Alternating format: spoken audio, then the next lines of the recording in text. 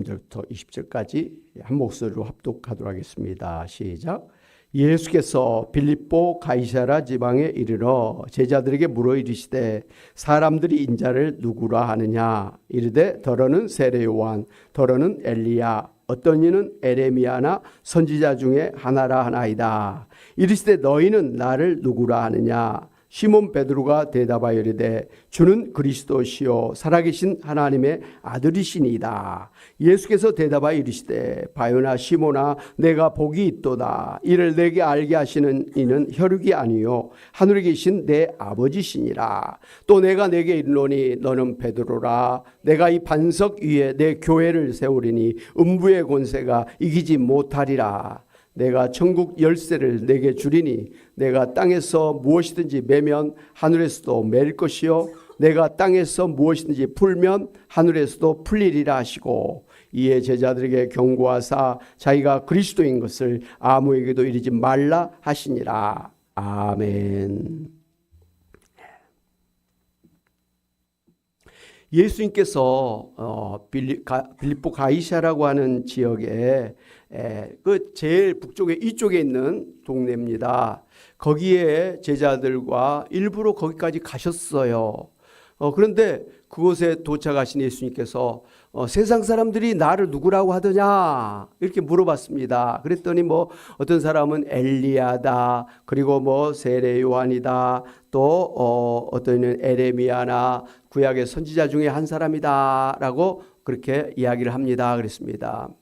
그러니까 이스라엘 사람들은 예수님께서 귀신을 쫓아내주고 병을 고쳐주고 뭐 이 구약의 최고의 그 영감 있는 기적의 선지자 그러면 누구죠? 바로 엘리야 선지자잖아요. 엘리야 선지자가 기도했더니 하늘에서 비가 그쳐버렸어요. 얼마 동안? 3년 6개월 동안.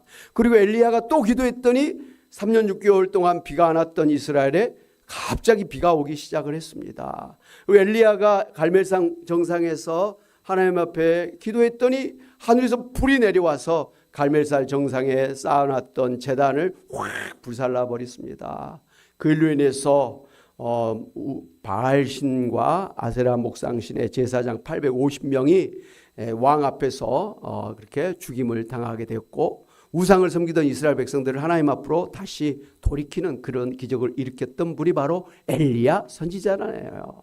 그러니까 예수님께서 막 병든 자를 고치시고 바다 위를 걸어오시고 그리고 막 죽은 자를 살리시고 눈먼 자를 고쳐주시고 절름발이를 고쳐주시고 이런 기적을 행하시니까 예수님은 엘리야 선지자 같은 사람이다 이렇게 이야기를 했습니다. 그리고 이제 메시아가 오실 것을 예비하는 사명을 가진 세례 요한이다 이런 말도 했고 그래서 예수님을 대단한 선지자 중에 한 사람이라고 생각을 했습니다마는 정작 예수님이 바로 이 세상을 구원하기 위해서 하나님께서 보내주시기로 한 메시아 구원자라는 것까지는 생각을 못했다라는 것이에요. 그냥 대단한 무슨 선지자 중에 한 사람 정도로 생각을 했습니다. 그 말을 들으신 예수님께서 제자들에게 다시 묻습니다. 그러면 너희는 나를 누구라고 하느냐라고 물었습니다. 여러분 우리가 이 예수 믿고 신앙생활 하는데 그냥 내 부모님이 뭐 교회 목사님이고 장로님이고 권사님이니까 나는 그냥 저절로 뭐 천국에 가고 그런 거 절대 없습니다. 아무리 목사님 집의 아들이라도 예수님 믿지 아니하면 천국에 못 갑니다. 구원받지 못합니다. 아무리 불교 집안의 사람일지라도 뭐 유교 제사 지내는 그런 집안 사람일지라도 그 사람이에요.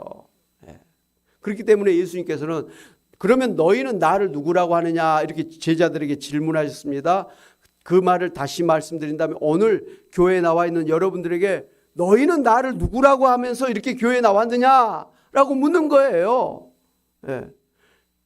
그때 이 베드로가 주는 그리스도시요 살아계신 하나님의 아들이십니다 라고 고백을 했어요. 그런데 예수님이 그 고백을 엄청나게 기뻐하시고 막 축복을 해주셨잖아요. 그래서 이것은 하나님께서 너에게 알려주신 깨닫게 하시는 그런 것이다 하면서 이것은 뭐 보통 사람이 생각할 수 있는 일이 아니다. 하나님께서 특별히 그 깨닫게 하시는 믿음을 주셔야만 되는 그런 신앙 고백이라 하면서 칭찬하고 엄청나게 인정해 주시고 축복을 해 주셨다라는 것입니다. 오늘 예수님께서는 우리 한 사람 한 사람에게도 너는 나를 누구라고 생각하느냐? 너는 오늘 교회에 나왔는데 너는 나를 누구라고 생각하면서 교회에 나와서 예배 드리냐라고 묻는 거예요. 여기에 대해서 뭐 예수님 뭐 4대 성인 중에 한 분이시죠. 뭐 예수님 뭐 좋은 분이시죠. 이렇게 하면 이 사람은 예수님을 제대로 믿는 사람이 아니라 이 말씀이에요. 그럼 어떻게 예수님을 고백해야 됩니까? 베드로 같은 고백을 해야 되는 거예요. 주는 그리스도시요 살아계신 하나님의 아들입니다. 예수님을 주라고 그랬습니다. 주라는 것은 옛날에 노예가 있던 시절에 그 노예의 생사권을 갖고 있는 살리기도 하고 죽이기도 할 수 있는 그 주인이 있었습니다. 그래서 그 노예는 주인이 나를 살리기도 하고 죽이기도 하고 뭐 먹이기도 하고 뭐 이런 것을 다 주관하는 그런 주인으로 생각을 했습니다. 근데 이 성경 말하는 주님은 노예가 말하는 하인이 말하는 주인일 뿐만 아니라 더 나아가서는 이 세상을 창조하신 하나님이다. 이 세상의 모든 역사의 흥망성쇠를 주관하시는 주님이시다. 그리고 인생의 생사복을 주관하시는 주님이시다라는 그런 의미를 가지고 있습니다. 그러니까 베드로는 예수님을 나의 주님이십니다. 이 세상의 주인이십니다. 이렇게 고백을 했던 거예요. 할렐루야.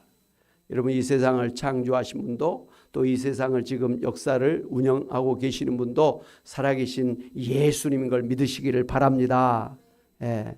예수님 안 믿는 사람들은 그냥 이 세상이 저절로 막 이렇게 생겨가지고 뭐 진화를 해가지고 원수이가 뭐 사람이 돼가지고 뭐 이렇게 하는데 그 진화론이죠. 과학적으로 그렇게 이야기하는데 절대로 그게 불가능한 일이고 지금까지 수많은 역사가 이루어졌지만 원숭이가 변해서 사람이 되는 원숭이가 하나도 없어요.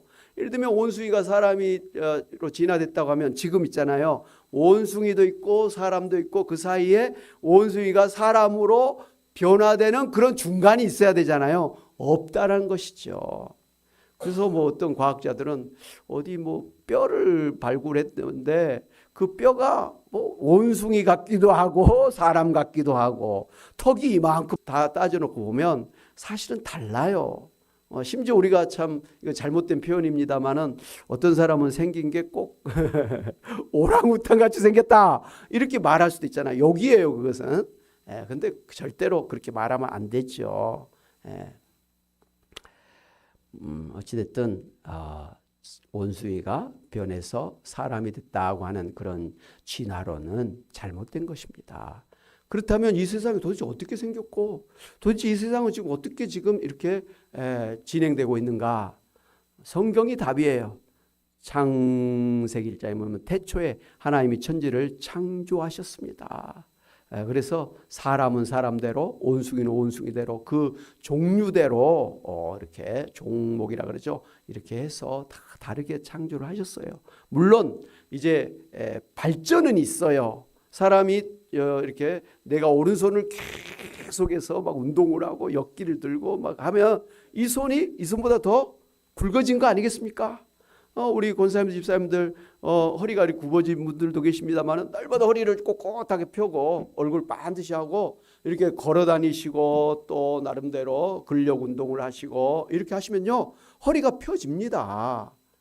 그런데 한 번도 그런 허리 운동을 안 하신 분들은 그냥 가면 갈수록 이제 허리가 숙여지는 것이죠. 그리고 나중에는 그게 굳어져 가지고 허리 한번 펴려면 뼈가 부러지는 소리가 나는 것이죠. 그래서 이제 우리나라도 100세 장수 시대를 사는데 특별히 연로하신 분들은 운동하셔야 돼요. 특별히 허리가 곧아야 이 또 목이 곧아야 이 뼈가 반듯하게 되고 그리고 속에 모든 장기들이 자기 자리를 딱 잡고 모든 뼈가 바르면 근육이 바르면 속의 장기도 바르게 되는 것입니다. 그러면 여러분 있잖아요. 항상 건강의 비결이에요. 몸을 반듯하게 하는 그런 훈련을 계속해야 돼요. 앉았을 때든지 걸어 다닐 때도 허리를 쫙 펴는 운동 그리고 가슴을 펴고 또 머리를 반드시 이렇게 앞에를 보고 이렇게 교회에 와서 예배드릴 때도 되도록이면 목사님을 반드시 쳐다보세요. 그 굉장히 중요해요. 한 시간 내내 얼굴을 이렇게 하고 있으면 얼마나 이 목이 아프겠어요. 얼굴을 삐딱하게 있으면 한 시간 동안 목이 얼마나 힘들겠어요. 반드시. 그리고 목사님을 반드시 보고 예배드리는 것이 은혜 받는 비결이기도 하고 건강의 비결이라는 것 아시기를 바랍니다. 그렇잖아요. 사람을 상대할 때 항상 반듯하게 뭐 이야기가 있다는 거예요. 얼굴을 들지 않은 사람, 무슨 말할 때 눈을 마주치지 않는 사람은 절대 상대하지 마라. 그런 이야기가 있다 그랬어요. 그래서 왜 그래요? 그랬더니 그런 사람은 속을 몰라요. 무슨 꿍꿍이 속을 하고 있는지 도저히 알 수 있어서 그런 사람들하고 같이 장사를 하면 망합니다. 그래서 그런 말씀을 하시더라고요. 그래서 참 이게 경험에서 우러나온 삶의 지혜다라는 생각이 할렐루야. 여러분 하여간 부부 사이에 부모와 자녀 사이에 친구 사이에 교회에서 예배드릴 때도 얼굴을 반드시 들고 웃는 낯으로 그리고 이렇게 반듯하게 그렇게 사람을 마주 보시기를 바랍니다. 아멘. 부부 사이도 제발 좀 눈 좀 마주치고 자녀들 대할 때도 좀 눈 좀 마주치세요. 오랜만에 만났는데도 그렇게 그냥 얼굴도 안 보고 그냥 그렇게 하면 안 될 것 같아요. 비결이죠. 어찌됐든 하나님께서 이 세상을 창조하셨고 하나님께서 사람들로 하여금 그렇게 하나님의 형상을 따라 살게 하셨다라는 것이죠. 그리고 지금도 이 세상을 역사를 주관하고 계신 분이 하나님이에요. 우리 이 역사를 구속사라고 하잖아요. 창조, 그 다음에 타락, 그 다음에 구원, 그 다음에 회복. 4가지 단계예요. 하나님이 천지를 창조하셨어요. 그런데 아담과 하와가 하나님 따먹지 말라고 한 선악과를 따먹고 세상이 타락했어요. 그것 때문에 병이 들고 그리고 이런 전쟁이 일어나고 살인하고 미워하는 그런 이상한 죄의 세상이 됐어요. 그런데 이런 세상을 사람들 힘으로는 다시 회복을 못하니까 하나님께서 인간의 모든 죄를 다 대신 해결해 주심으로 우리로 하여금 구원받고 다시 하나님의 자녀로 천국의 백성으로 그렇게 돌려주시는 구원을 해 주신 것입니다. 누구를 보내서요? 예수님을 보내서. 그리고 이제 지금 그런 과정이에요. 예수님의 그런 믿음으로 구원받는 그런 과정인데 아직은 이 세상이 새하늘 새 땅 천국이 안 됐잖아요. 그리고 아직 우리도 예수 믿어도 병들고 늙고 죽잖아요. 마지막이 남았다는 거예요. 뭐예요? 이 세상이 완전히 처음 에덴 동산을 창조할 때 같은 그러한 새하늘 새 땅으로 다시 재창조되는 그런 일이 남았어요. 천국이 완성되는 것이죠.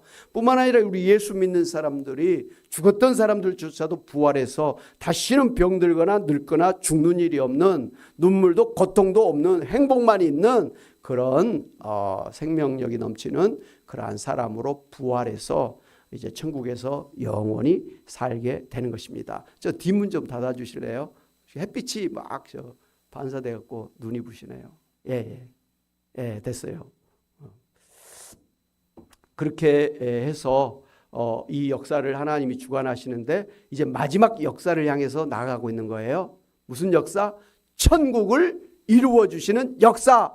우리를 부활시키시는 마지막 역사가 남아있는 것입니다. 그런데 그때가 이제 멀지 않았다는 거예요.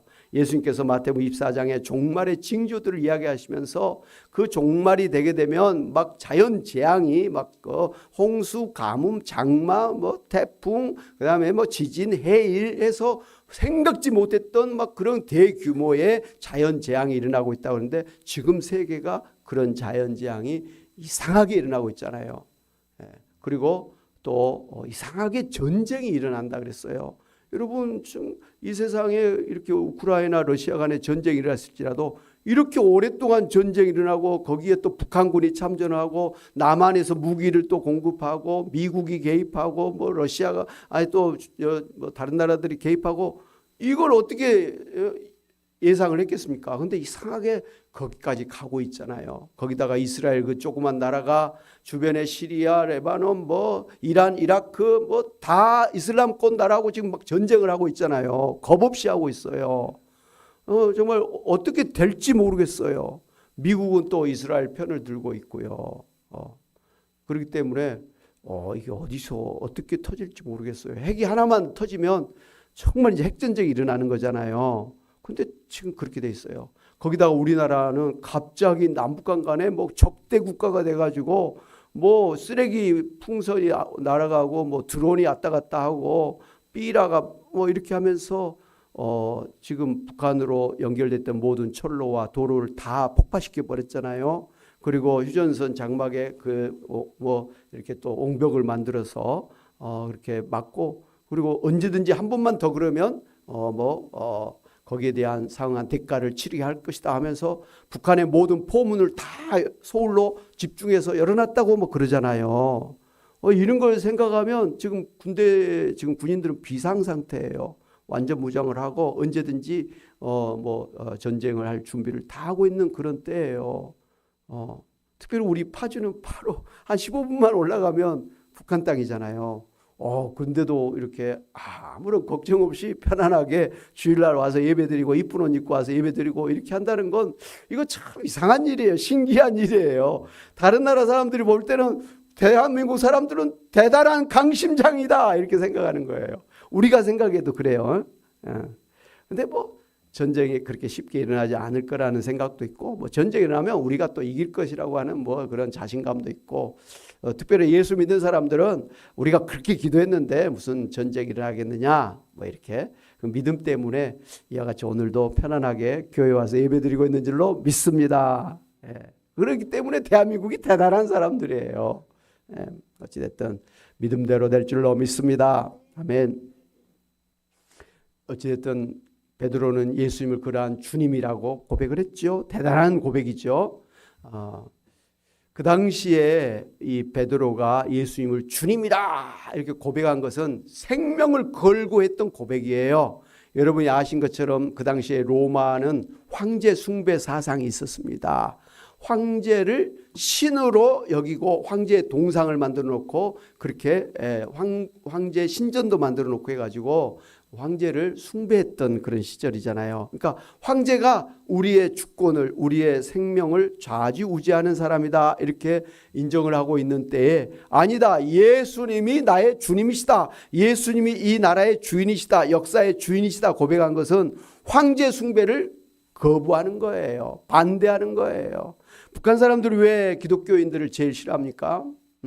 그 사람들은 돈이, 물질이 신이다 이렇게 이야기를 하는데, 아니다, 하나님이 신이시다, 하나님이 아니면 돈도 물질도 사람도 없는 것이다, 하나님이 이 세상의 신이고 주권자다 이렇게 하니까 정면으로 공산주의를 반대하니까 공산주의는 기독교를 싫어하잖아요. 그래서 옛날에 6.25 때 제일 먼저 처단한 게 사상가들, 특별히 예수 믿는 목사님들, 교회 장로님, 권사님들을 먼저 다 차단을 했어요. 왜냐하면 사상이 중요하잖아요. 공산주의도 사상이에요. 근데 그 사상을 반대하는, 자기들 사상 위에 있는 그런 기독교의 사상을 용납할 수가 없었던 것이죠. 그냥 빵이나 주고 밥이나 주면 아이고 고맙습니다 그렇게 따라다니는 사람들만 좋아하는 것이죠. 어찌됐든 베드로가 예수님을 주님이라고 고백한 것은 생명을 걸고 한 고백이었다라는 것입니다. 뿐만 아니라 베드로는 예수님을 그리스도다 이렇게 했습니다. 그리스도는 구원자라 이런 말이에요. 이 세상이 지금 뭐 죄로 인해서 타락하고 뭐 이렇게 같이 사람이 병들어 죽고 또 이 세상이 공해로 찌들어가고 뭐 자연재앙이 있고 뭐 이렇지 않습니까? 근데 이런 세상을 계속 살아가면 힘들잖아요. 오죽하면 사람들이 세상을 인생 고해라, 파도치고 폭풍이는 힘든 바다라 이렇게 생각을 했지 않습니까? 그런 폭풍이 날마다 일고 뒤집어지는 그런 세상을 어떻게 계속 살고 싶겠습니까? 그렇기 때문에 사람들은 항상 이 세상이 구원받기를 바라신 거예요.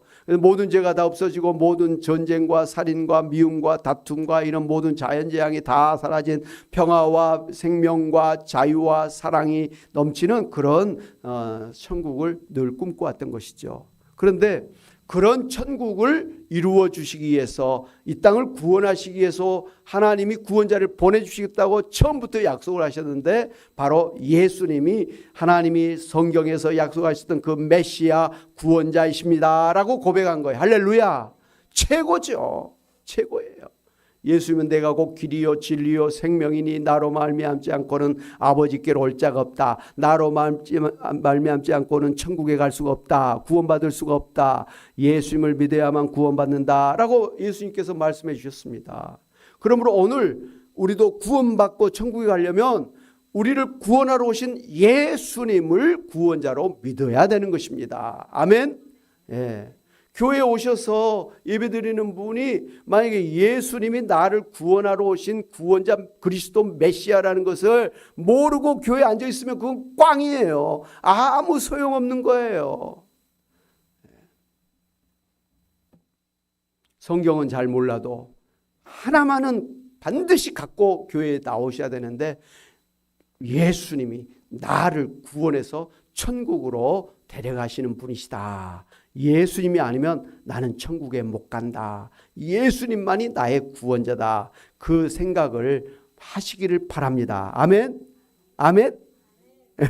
처음 우리 신앙생활 하신 분들 따라서 해봅시다. 다 같이 한번 해봅시다. 예수님만이 나를 구원하러 오신 구원자이십니다. 나는 예수님을 믿습니다. 그 생각, 그 고백을 바로 이 베드로가 했다 이 말씀이에요. 뿐만 아니라 베드로는 예수님을 살아계신 하나님의 아들입니다. 하나님의 아들은 하나님일까요? 강아지일까요? 당연히 하나님이에요. 절대로 이 개의 새끼는 아들은 개예요. 사람의 새끼 자식은 뭐예요? 사람이지 강아지 아니에요. 하나님의 새끼, 하나님의 아들은 강아지예요, 하나님이에요? 하나님이에요. 그러니까 예수님은 하나님의 아들, 다시 말씀드리자면 아들 하나님이시다. 그걸 우리는 고상한 말로 하나님 아버지를 성부라 하고 아들 하나님을 뭐라 하죠? 성자라 그러죠. 그리고 우리 안에 역사하시는 하나님의 영을 뭐라 그러죠? 성령이라 그러죠. 성부, 성자, 성령, 삼위일체 한 분 하나님이시다라는 것을 우리가 늘 알고 있잖아요. 바로 베드로는 예수님을 하나님의 아들 하나님이십니다. 이렇게 고백을 한 거예요. 야, 이건 신학을 했어도 쉽게 할 수가 없는 그런 고백을 예수님을 주님이시다. 예수님을 구원자다. 예수님을 하나님이시다. 이렇게 고백했으니 예수님께서 그냥 입꼬리가 하늘로 향해 가지고 웃으시면서 기분이 너무 좋으셔갖고 바요나 시모나 너에게 이것을 알게 한 것은 사람이 아니라 혈육이 아니라 바로 하나님께서 너에게 이것을 깨닫게 해주신 것이다. 하나님께서 너에게 이러한 은혜를 주신 것이다. 이렇게 말씀하시면서 너무 기뻐가지고 내가 이 반석 위에다가 교회를 세우리니 이 교회를 음부의 권세가 이기지 못할 것이다. 그리고 내가 이 교회의 축복의 열쇠를 줘서 너가 땅에서 불면 하늘에서 불리고 땅에서 매면 하늘에서 또 매일 것이다. 뭐 이렇게 말씀하시면서 엄청나게 축복을 해주셨어요. 그러니 베드로가 예수님을 나의 주님, 나의 구원자, 나의 하나님이라고 고백한 것이 얼마나 중요한 신앙 고백인가를 알 수가 있습니다. 할렐루야. 오늘 우리에게도 너는 교회에 나와서 이렇게 예배를 드리는데 도대체 나를 누구라고 생각하느냐, 믿느냐라고 묻는다는 거예요. 여러분이 성경 창세기부터 요한계시록까지 내용을 다 읽어보지도 못하고 알지 못한다 할지라도 그것만큼은 반드시 암송을 해야 돼요. 따라해주다. 주는 그리스도시요 살아계신 하나님의 아들이십니다. 누가? 예수님이. 그건 아무리 공부를 많이 안 했던 분일지라도 그것만큼은 이렇게 노트에다 써가지고 달달달달 암송해야 돼요. 그래서 사람들이 당신 왜 교회 다닙니까? 당신 왜 예수 믿습니까? 예수님 나를 주님이야. 예수님 나를 구원하러 오신 구원자야. 예수님이 나의 하나님이야. 이렇게 말을 하는 거예요. 그러면 100점 만점 대답이에요. 어떤 사람이 물어봐도 그것만 대답하면 그 사람 제대로 예수 믿는 사람이고 제대로 성경을 아는 사람이에요. 성경의 핵심 주제가 바로 예수님이 구원자요 주님이시요 하나님이시라는 겁니다. 그래서 이것을 믿어라 이거예요. 그러면 구원 받게 하시겠다라는 거니까 이 베드로의 신앙 고백이 얼마나 중요한가를 우리가 알 수가 있습니다. 여러분, 예수님께서 이 베드로가 했던 이 신앙 고백, 예수님이 주님이시여 구원자여 하나님이십니다. 이 신앙 고백이라는 것 이에다가 내 교회를 세우신다 그랬어요. 그런데 이 반석 위에 교회를 세우신다 그랬는데 이 갑자기 예수님께서 이 반석 위에 내 교회를 세우신다 그랬는데 이 반석이 뭡니까? 방금 베드로가 했던 예수님은 주님이시여 그리스도시여 하나님이십니다라고 하는 그 신앙 고백이라고 하는 반석을 말하는 거예요. 무슨 뭐 진짜 바위에다가 예수님 교회를 세우신 게 아니에요. 반석은 바로 예수님이 주님이시여 그리스도시여 하나님이십니다는 그 신앙 고백이 반석이에요. 튼튼한 반석이죠. 그 반석 위에 내 교회, 바로 예수님의 교회를 누가 세워요? 예수님이 세우는 거예요. 그래서 교회를 세우신 분은 누구예요? 예수님이에요. 제가 이 교회를 개척했습니다마는 이 교회의 주인은 누구예요? 예수님이에요. 이 교회를 세우신 분은 누구예요? 예수님이에요. 제가 그랬잖아요. 저 돈 하나도 없는 그런 가난한 목사였어요. 지금 능곡중앙교회 담임 목사를 사임하고 돈이 없었어요. 그런데 이 교회 땅을 사가지고 이렇게 어찌됐든 3층짜리 건물을 지어가지고 교회를 개척했단 말이죠. 그 돈 어디서 났어요? 저 없었다니까요. 어떻게 땅을 사고 이 건축을 해서 여기까지 왔어요? 누가? 무슨 갑부가 저한테 돈을 줬습니까? 아니에요. 예수님이 기적적으로 이 땅을 사게 하시고 또 은행에서 대출을 100%로 막 다 해주고 목사님 땅만 가지고 오세요. 대출해 주겠습니다. 저를 언제 봤다고 막 지부장이 막 파주 농협 지부장이 막 그런 거예요. 그래서 저는 신기하게 막 대줘가지고 땅도 사고 건축도 하고 그렇게 했습니다. 물론 지금까지 원금은 갚지를 못하고 이자만 내고 있습니다만은 그 뭐 예수님 오시면 다 갚아주실 텐데 걱정 없어요. 교회만 부흥시키면 됐죠. 어쨌든 저는 이 교회를 건축하면서 다른 사람이 보면 목사님이 교회를 세우셨지요 그렇게 말하겠지요. 목사님이 교회의 주인이시니까 목사님은 쫓겨날 일이 없겠네요 이렇게까지 이야기하는데 그것도 맞는 말이긴 한데 진실은 이 교회를 세우신 이 교회의 주인은 예수님인 것을 아시기 바랍니다. 아멘. 예.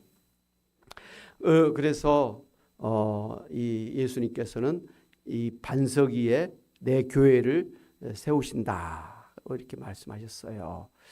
그러면서 이 반석이 바로 예수님이라고 분명하게 말씀을 하셨고 그러면서 이 음부의 원세가 이기지 못하게 하시고 천국의 열쇠를 교회에 주셔서 너희가 기도한 대로 이루어질 것이고 너희가 누구에게 복음을 전해서 그 사람을 전도하면 너 때문에 그 사람이 구원을 받아서 천국에 가게 할 것이다. 누구 때문에 다른 사람이 천국에 간다고요?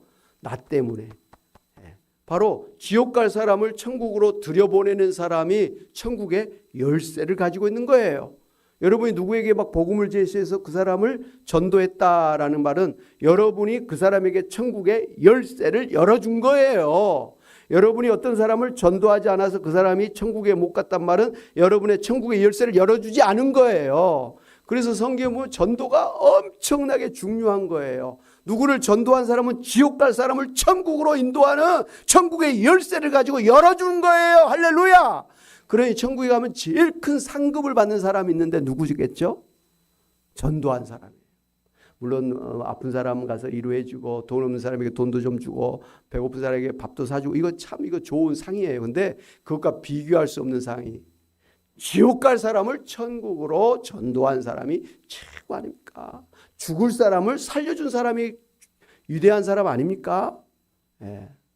여러분 전도하시면 이와 같이 천국의 열쇠를 가지고 천국의 문을 열어주는 그러한 사람이 되는 것입니다.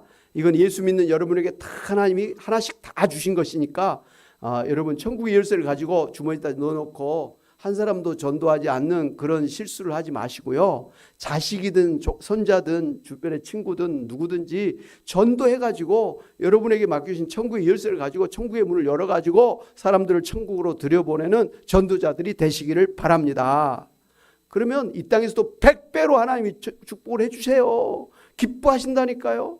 그리고 천국에서도 큰 상급을 반드시 주신다고 약속을 하셨어요. 사람들은 세상을 살면서 그냥 뭐 이렇게 뭐 적당히 살다가 죽으면 그만이라고 생각하는데 천만의 만만의 말씀이에요. 하나님은 여러분 이 세상 사는 동안에 하는 모든 걸 다 생명책에 기록하고 있다 그랬어요. 태어날 때 죽을 때까지 모든 걸 다 기록을 하고 있어요. 비디오에 영상을 찍어 놓은 것처럼 말이죠. 다 기록하고 있어요. 그리고 마지막에 다 심판을 해서 죄를 짓고 사는 사람에게는 심판 그리고 좋은 일하고 예수 믿는 사람에게는 천국의 그런 축복을 해 주시는 것입니다. 할렐루야. 한 가지 질문해 드릴까요? 예수 믿는 사람은 예수님이 심판할 때 지금까지 지은 죄 때문에 그 죄에 대한 심판을 받을까요? 안 받을까요? 안 받아요? 억울하잖아. 아니 불평등하잖아요. 왜 안 받아요? 믿음으로. 맞아요. 예수님이 나의 모든 죄를 십자가에서 다 대신 갚아주셨다는 걸 믿기 때문에 내가 죄를 안 지었다는 건 아니에요. 내가 죄를 지었지만 그 죄값을 예수님이 벌써 십자가에서 다 피 흘려 죽으셨어요. 그래서 내 죄는 이제 없어요. 이렇게 말할 수 있는 거죠. 그럼 예수 믿는 사람들이 하나님 앞에 심판받을 때 받을 건 뭐만 남아있어요?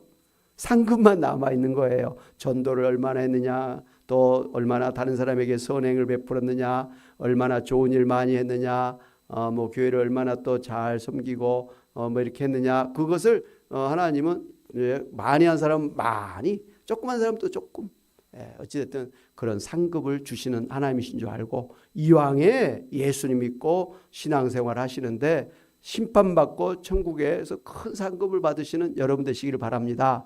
그 중에 제일 큰 상급은 뭐라고요? 전도의 상급이라는 거. 그렇잖아요. 누구에게 밥 한 그릇 사준 것보다 죽을 사람, 지옥 갈 사람을 천국으로 인도하는 것만큼 위대한 일이 어디 있냐는 거예요. 전도는 사랑이에요. 전도는 최고의 섬김이에요. 선행이에요. 전도하시기를 바랍니다. 저는 우리 교회 권사님 집사님들이 열심히 막 지금 전도하고 계셔가지고 부러워요. 부러워요. 그리고 참 존경스럽고, 야, 천국에 가서 큰 상급을 받으시겠네. 이렇게 제가 기대를 하고 있습니다. 전도하면 목사가 기분이 좋습니다. 교회 부흥됩니다. 근데 그거하고 비교할 수 없이 기분이 좋아지고 축복하시는 분이 누구라고요? 예수님이라는 거예요. 목사님을 위해서 전도하지 말고 예수님을 위해서, 여러분 자신의 축복을 위해서 전도하시기를 바랍니다. 특별히 음부의 권세가 이기지 못하게 하시겠다 그랬잖아요. 여러분 이 세상은요, 하나님을 대적하는 사단 마귀가 하나님과 영적 전쟁을 벌이고 있어요. 그래서 어찌됐든 하나님을, 예수님 못 믿도록 지옥 갈 사람을 천국으로 가지 못하도록 막는 그런 세력이 있어요. 누구? 사단 마귀예요. 사단 마귀가 지금도 보이지 않지만 열심히 예수님 못 믿도록 방해하고, 심지어 예수님 믿는 사람들을 시험해가지고 교회에 안 나오게 하고 예수님을 떠나가지고 이상한 그런 뭐 또 사이비 이단 종교 같은데 가게끔 만들고, 아예 아니면 교회 안 다니게 해서 무신론자로 그냥 막 전락해버리는 그런 일을 하고 있어요. 누가? 사단 마귀가. 보이지 않지만 지금 모든 예수 믿지 않는 사람들은 사단 마귀가 딱 잡고 있어요. 그래서 성경에서는 예수 믿지 않는 사람들을 사단 마귀의 종이다, 사단 마귀의 자식이다, 이렇게 이야기해서, 반대로 예수 믿는 사람들을 하나님의 자녀다, 천국의 백성이다, 이렇게 이야기를 하잖아요. 하나님의 종들이라. 그러니까 이 세상에 이 하나님의 백성, 사단 마귀의 백성, 천국의 백성, 지옥의 백성이 나눠져 있는데 서로 영적으로 막 싸우고 있어요. 근데 바로 이 음부의 권세라는 것은 지옥의 권세, 사단 마귀의 권세를 이야기하는데, 지옥도 교회를 무너뜨릴 수가 없고 사단 마귀도 교회를 넘어뜨릴 수 없다라는 거예요. 여러분, 우리 지금 주변에 음부의 권세, 사단 마귀의 권세가 몇 가지가 있어요. 첫째는 사이비 이단 종교가 이 하나님을 대적하는 이 음부의 세력이에요. 사단 마귀의 종들이에요. 이슬람교, 불교, 힌두교, 몰몬교, 우리나라의 대표적인 이단이죠. 이 문선명의 통일교, 또 안산홍의 하나님의 안사롱 증인 하나님의 교회, 그리고 박태선의 전도관, 그리고 이만희의 신천지, 그리고 또 정명석의 JMS, 지난번에 또 뭐 아가동산이라겠던가 아기동산이라기 아가동산, 뭐 엄청나게 많아요. 우리나라의 자칭 제리메스라고 하는 사람이 50명, 자칭 하나님이라고 하는 사람이 100명, 우리나라만 해도. 그런데 거기에 많은 사람들이, 옛날에 교회 다녔던 사람들이 거기에 가 있다라는 것이 참으로 이상한 일인데, 교회 다녔던 사람들이 그런 이단에 가 있다라는 거예요. 어쨌든 이런 사이비 이단 종교가 교회를 대적하고 교회를 못 다니게 하고, 심지어 교회 다닌 사람을 갖다가 빼내 가지고 그런 사이비 이단 종교로 빼내는 작업을 하잖아요. 요즘에 그 신천지가 제일 극성을 부리는데, 다른 이단보다도 신천지는 노골적으로 길거리 가다가 불신자들 전도하기 힘들잖아요. 그래서 이 사람들은 기존 교회에 들어가 가지고 기존 교회에 예수 믿고 성경을 아는 사람들을 갖다가 유혹을 해 가지고 신천지로 이렇게 전도하는 소위 추수꾼 전략, 추수밭 전략을 펼치고 있어요. 그러니까 신천지에 다닌 사람을 우리 교회에 위장 침투를 시켜요. 새 가족으로 등록을 해 가지고 막 열심히 막 봉사하고 헌금도 하고 막 이렇게 열심히 해가지고 사람들에게 빨리 인정을 받아. 그 다음에 인정받은 다음에 한 사람씩 밥 사주고 이렇게 하면서 꼬셔가지고 이렇게 이제 신천지로 쭉 이렇게 데리고 가는 일련의 과정들이 추수밭 전략이라는 거예요. 그래서 교회마다 다 그 교회 담당하는 추수꾼들이 있어요. 그러니까 간첩으로 교회에 보내가지고 교회 모든 정보를 다 빼내가지고 윗선에 보고를 해. 그러면 너는 앞으로 이 사람을 집중적으로 공격을 하고, 특별히 신천지가 무시하는 사람들이 있대요. 돈 없는 사람들, 못 배운 사람들, 못생긴 사람들은 무시한대요. 아주 차별을 둔대요. 돈 많은 사람, 많이 배운 사람, 좀 이렇게 세력이 있는 사람을 집중적으로 타겟으로 한다고 하니까 참 우리 계신 분들 조심 많이 하세요. 다 이쁘시잖아요. 그래서 이런 한 사람씩 이상하게 해가지고 연결해가지고 그렇게 빠져나가. 그렇게 한 다음에 소위 산 옮기기 전략이라는 게 있어요. 그래서 아예 교회를 통째로 신천지로 탁 바꿔버리는 그런 일을 하고 있는데, 우리나라에도 450개 교회가 벌써 신천지 교회로 바꿔졌다 그러고, 전 세계적으로 하면 뭐 1만 2천 교회인가 바뀌어지고 있고, 신천지와 MOU 관계를 맺어가지고 신천지의 도움을 받아가지고 건축을 한다든지, 신천지의 교리를 받아가지고 교육을 해가지고 막 이렇게 교회를 부흥시키는 그런 일들을 하는 그런 교회 목사님들이 있다고 합니다. 현실이에요. 그러니 얼마나 이 사단 마귀가 이런 이단을 동원해가지고 교회를 갖다가 무너뜨리려고 그러고 교회 다닌 사람들을 뽑아내가려고 하는 일들을 노골적으로 하는데, 제가 말씀드렸잖아요. 우리 교회도 처음 개척할 때부터 신천지가 들어와가지고 교회를 한번 흔들더라고. 중간에 또 한번 흔들더라고. 지난번 작년에 또 뭐 그런 사건이 있었고, 올해도 또 비슷하게. 그래서 끊임없이 보내는 거예요. 끊임없이.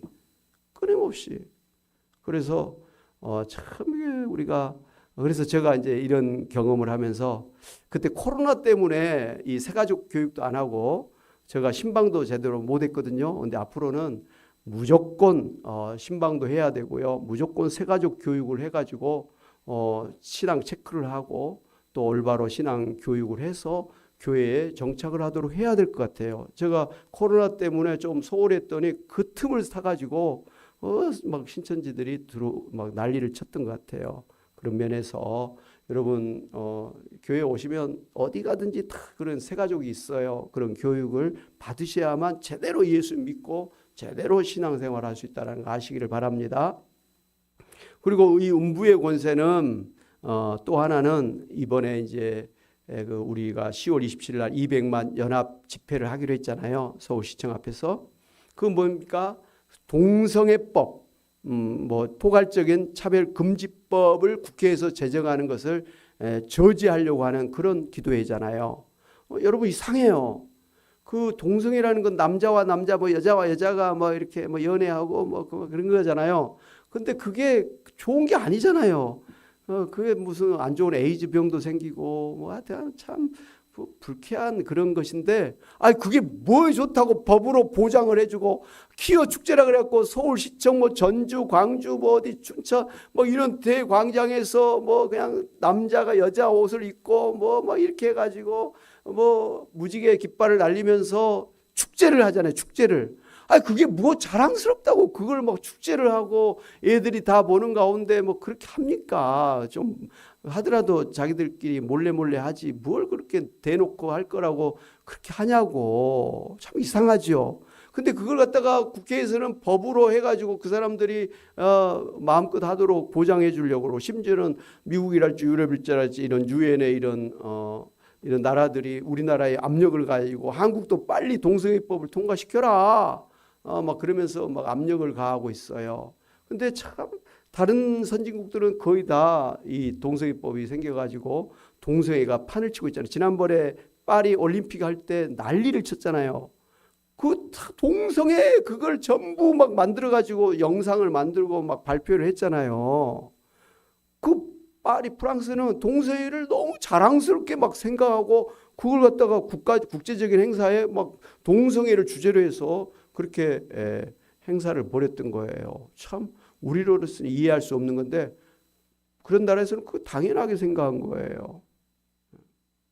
근데 그나마 우리나라가 아직도 동성애법이 통과되지 않은 것은 우리 기독교인들이 절대로 안 된다. 성경에서 하나님이 제일 싫어하시고 또 그 나라가 망하는 제일 원인이 동성애라는 것을 알았기 때문에 하여튼간 교회가 그냥 동성애법을 반대합니다.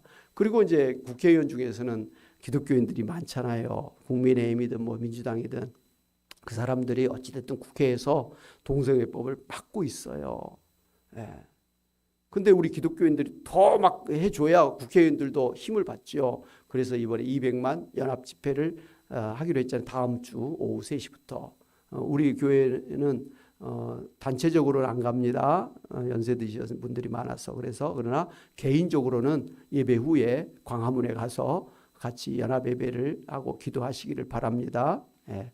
여러분 동성애법이 이렇게 발표가 되면은요. 그 소수의 인권을 보호한다는 차원인데 다수의 많은 사람들이 오히려 피해를 받아요. 동성애는 잘못된 것이다 말을 하면 잡혀가. 목사님이 동성애는 죄입니다 그러면 잡혀가 벌금 내. 예. 그리고 이제 그게 통과되면 교회는 반인권, 문명이라 그래가지고 교회가 욕을 바가지로 넣어먹습니다. 그래서 교회가 힘들어지기 때문에 교회는 어떤 죽자 살자 동성애법은 절대 안 된다 이런 입장을 가지고 있습니다. 그런데 일반 사람들은 이게 교회가 왜 동성애를 반대하느냐, 왜 반인권적으로 하느냐 이렇게 하는데 그건 결국은 교회만을 이해한 게 아니라 그 자식들을 이해한 거잖아요. 자식들, 손주들을 이해한 거잖아요. 남녀가 결혼을 해야 자식을 낳고 그래야 가정이 이루어지고 또 나라가 이렇게 계속해서 세워지는데 결혼 안 해? 동성애는 결혼을 해봤자 애를 못 낳아? 그러면은 나라가 누가 군인이 되고 누가 일을 합니까? 나라가 망하는 거예요. 그러니까 우리 다음 세대를 위해서라도 동성애법은 막아줘야 된다라는 것이죠. 그런 면에서 하고 또 하나의 이 음부의 세력은 공산주의 국가. 처음에도 말씀드렸습니다마는 공산주의 국가가 이렇게 교회를 굉장히 대적하고 교회를 갖다가 무너뜨리는 일을 하고 있죠. 옛날에 1997년도 우리나라에 황장엽 씨가 망명했지 않습니까? 근데 그분이 망명한 때부터 이분에게 복음을 전해서 전도하려고 기도했던 분이 계세요. 누군지 아세요? 문인기 선교사님이에요. 우리 교회에서 후원하신 문인기 선교사님이 전도팀과 함께 이 사람이 한국에 망명해서 들어왔다는 소식을 들을 때부터 계속해서 하나님 이 사람에게 복음을 전할 수 있게 해주세요. 이 사람을 복음을 전할 수 있게 기도해가지고 1년 2개월 만에 국정원에서 그때는 안기부예요. 안기부에서 허락을 해줘서 이 황장엽 씨를 개인적으로 찾아서 만나서 복음 제시를 할 수가 있었습니다. 그래서 복음을 제시하고 그분이 바닥에 무릎을 꿇고 예수님을 나의 주, 나의 하나님, 나의 그리스도라고 고백을 하고 결신을 했습니다. 할렐루야. 예. 그러면서 하는 이야기가 우리 누님도 지하교회 성도입니다. 이걸 처음으로 여기서 말을 하는데 자기 누님도 지하교회 성도입니다. 그래서 누님이 자주 와서 자기에게 예수님 믿으라고 이야기했다고 합니다. 이 세상의 모든 그런 권력, 북한의 김일성, 김정일도 결국은 다 죽는다. 근데 영원하신 분이 있다. 하나님이다. 하나님 믿어야 된다. 예수 믿어야 된다. 이렇게 하니까 그딴 소리 하려면 내 집에 오지 마세요. 그러면서 늘 구박하면서 내쫓았다는 거예요. 근데 한국에 와서 1년 2개월 있는 동안에 이런 종교인 저런 종교인을 만났는데 이 문인기 선교사님이 아주 정확하게 복음을 제시했다는 거예요. 예수님이 누구신지, 왜 예수 믿어야 되는지, 예수 믿으면 어떻게 되는지를 다 자세하게 이렇게 간증을 하면서 1시간 반 동안에 걸쳐서 그렇게 했더니 이분이 예수님을 영접했어요. 그러면서 진작 내가 이 예수님을 믿었으면 좋을 텐데 한국에 와서 어떤 사람도 제대로 예수님을 가르쳐 주질 않았다는 거예요.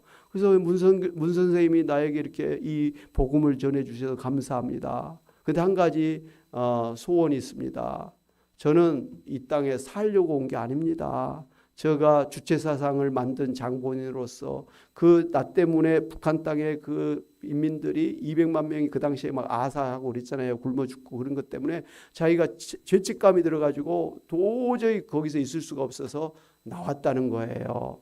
그러면서 자기의 마음은 아직도 북한 땅에 그 공산주의, 아주 세계 최대 독재국가 공산주의에서 그렇게 핍박을 당하고 있는 그런 국민들을 갖다가 인민들을 전도해 가지고 저들이 갖다가 자유스러운 나라에서 그렇게 살게 되기를 바라는데 그 문성 교사님한테 어쨌든 북한 땅에 복음을 전해줘 가지고 그들이 정말 하나님이 계신 걸 알고 그 어떤 힘을 가지고 공산주의를 이겨낼 수 있도록 그것만이 북한 땅을 변화시킬 수 있는 것입니다 하면서 신신당부를 했다고 합니다.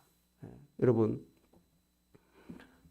지금 북한 땅을 우리나라도 지금 어떻게 못하고 미국도 어떻게 못하잖아요. 그렇다고 전쟁을 해갖고 다 망하게 되면 우리도 망하기 때문에 함부로 전쟁을 할 수는 없잖아요. 근데 황장엽 씨가 깨닫는 것은 이 기독교가 들어가서 사람들에게 복음을 전하면 사람들이 눈이 확 뜨여서 지금의 이런 공산주의가 잘못된 것을 알고 그들이 스스로 나라를 바꿀 수 있다. 유일한 그런 평화적인 그런 이 복음을 빨리 좀 전해달라고 그렇게 신신당부를 하셨다는 것 아니겠습니까? 할렐루야.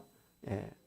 사랑하는 여러분, 오늘 예수님께서 교회를 세우셔가지고 우리를 구원하시고 이 세상을 하나님의 나라로 만드시고 계시는데 반대하는 사단 마귀 음부의 세력이 아무리 이런 법을 통해서 공산주의를 통해서 사이비 이단 종교를 통해서 교회를 무너뜨리려고 달려들어도 그 반석과 같은 그런 가이사랴 빌립보의 그 큰 길이 70m 높이 40m의 큰 바위와 같은 그 반석 위에 세워진 교회는 절대로 무너지지 않는다고 말씀을 하신 것처럼 오늘 우리 예수님이 주인이신 이 교회는 절대로 무너지지 않을 줄로 믿으시길 바랍니다. 오늘 예수 믿는 여러분의 그 구원은 절대로 무너지지 않을 것을 확신하시기를 바랍니다. 구원의 확신을 가지고 내가 다닌 교회는 참 교회고 예수님이 세운 진짜 교회라는 것을 분명히 알고 여러분 큰 교회든 작은 교회든 하나님께서 보내신 교회에 열심히 다니면서 또 성경 공부하시고 또 이러면서 신앙이 쑥쑥 자라서 여러분들이 교회를 또 세워나가는 교회 일꾼이 되시고 또 여러분 주변에 천국의 열쇠를 열어서 부지런히 전도해서 그들을 천국으로 인도하는 그러한 전도자들 상급을 받는 여러분이 다 되시기를 주님의 이름으로 축원합니다. 아멘. 우리 찬양 한 장 하시고 기도하겠습니다. 주님께서 세운 교회 날로 날로 부흥되도다. 여기 모인 주의 백성 모두 은혜 충만하도다. 할렐루야. 오늘 우리 교회가 그러한 교회 되기를 주님의 이름으로 축원합니다. 아멘.